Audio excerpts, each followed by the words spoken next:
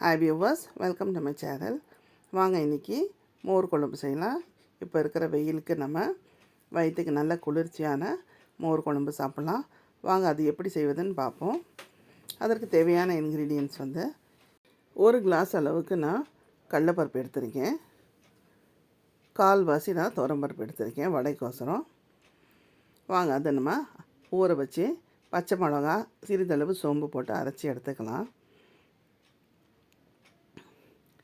இதில் நான் வடையும் செய்ய போகிறேன், மோர் குழம்பும் நான் இந்த மாவு வச்சு நான் செய்ய போகிறேன். இதில் கொஞ்சோண்டு ஒரு 2 டேபிள் ஸ்பூன் அளவுக்கு அந்த வடை மாவு எடுத்து நம்ம அதில் ஒரு இஞ்சி ஒரு பெரிய பீஸாகவே கொஞ்சம் போட்டுக்கோங்க, நான் காமிச்சேனே அந்த மாதிரி. அப்புறம் வந்து ஒரு 2 பத்தை தேங்காய் போட்டுட்டு நல்லா நைஸாக அரைச்சிப்போம். ஜீரகம் ஒரு 1.5 ஸ்பூன் போட்டுக்கோங்க. போட்டுட்டு நல்லா நைஸாக அரைச்சிக்கலாம்.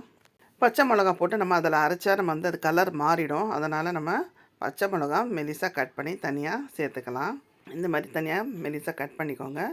பிறகு நம்ம அரைச்சி வச்சுருக்கிற அந்த மசாலா தேங்காய், ஜீரகம், இஞ்சி, கடலைப்பருப்பை வந்து நம்ம இதில் சேர்த்துக்கலாம். கொஞ்சோண்டு தண்ணி விட்டுக்கலாம். இதில் இந்த மிக்ஸி ஜார் வந்து வாஷ் பண்ணிக்கலாம். இப்போ வந்து 1.5 கிளாஸ் அளவுக்கு நான் தயிர் எடுத்திருக்கேன். இது வீட்டிலையே ரெடி பண்ண பசும்பால் தயிர். 1.5 கிளாஸ் அளவுக்கு நம்ம தயிர் எடுத்து நல்லா மிக்சியில் அடித்து அதுவும் இதில் சேர்த்துக்கலாம். சேர்த்துட்டு நல்லா மிக்ஸ் பண்ணி விடுங்க. இப்போ இதுக்கு தேவையான நம்ம பெருங்காயப்பொடி கொஞ்சோண்டு சேர்த்துக்கலாம். உப்பு வந்து பாதி டேபிள் ஸ்பூன் சேர்த்துக்கோங்க. பிறகு சிறிதளவு ஒரு 1/4 டேபிள் ஸ்பூன் அளவுக்கு நம்ம மஞ்சள்தூள் சேர்த்துக்கலாம். அவ்வளோதான் இதுக்கு தேவையான பொருட்கள்.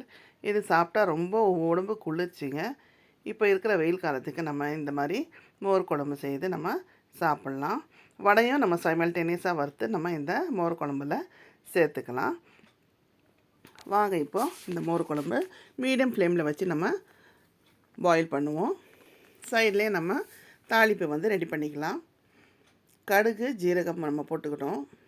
சிறிதளவு கருவேப்பிலை, ஒரு பாதி வெங்காயம் நம்ம அதில் சேர்த்துக்கலாம். சேர்த்துட்டு நல்லா வதக்கிக்கோங்க. நல்லா வதங்கின உடனே அந்த மோர் குழம்புல நம்ம சேர்த்துக்கலாம். அவ்வளோதான், மோர் குழம்பு இப்போது ரெடி ஆயிடுச்சு. இப்போ நம்ம வடைக்கு ரெடி பண்ணிக்கலாம். அதே மாவு நான் அரைச்சி வச்சுருக்கேன். அதில் வந்து பச்சை மிளகா, கருவேப்பிலை, பாதி வெங்காயம் சேர்த்துக்கோங்க. சேர்த்துட்டு நம்ம வடைக்கு தட்டு நம்ம போட்டுக்கலாம். இப்போ வந்து கடாய் வந்து வச்சு நல்ல எண்ணெயை போட்டுக்கோங்க. எண்ணெய் நல்லா சூடு ஆன உடனே நம்ம இந்த மாதிரி வடையை தட்டி போட்டுக்கலாம். நல்ல வடை வந்து நல்லா கோல்டன் கலர் வரட்டும். பாருங்கள், சூப்பராக நம்ம வடை ரெடி பண்ணிட்டோம். இதை நம்ம அப்படியும் சாப்பிட்லாம், மோர் குழம்புலையும் போட்டு நம்ம சாப்பிட்லாம். பொதுவாக வந்து மெதுவடை தான் போடுவாங்க. நான் வந்து மசால் வடை ரெடி பண்ணி போட்டிருக்கேன். பசங்களுக்கு பிடிச்சதால் இந்த மாதிரி நம்ம நல்லா வடிகட்டிட்டு நம்ம மோர் குழம்புல சேர்த்துக்கலாம். ஊற வச்சா ரொம்ப சூப்பராக டேஸ்ட்டாகவும் சுவையாகவும் இருக்குங்க.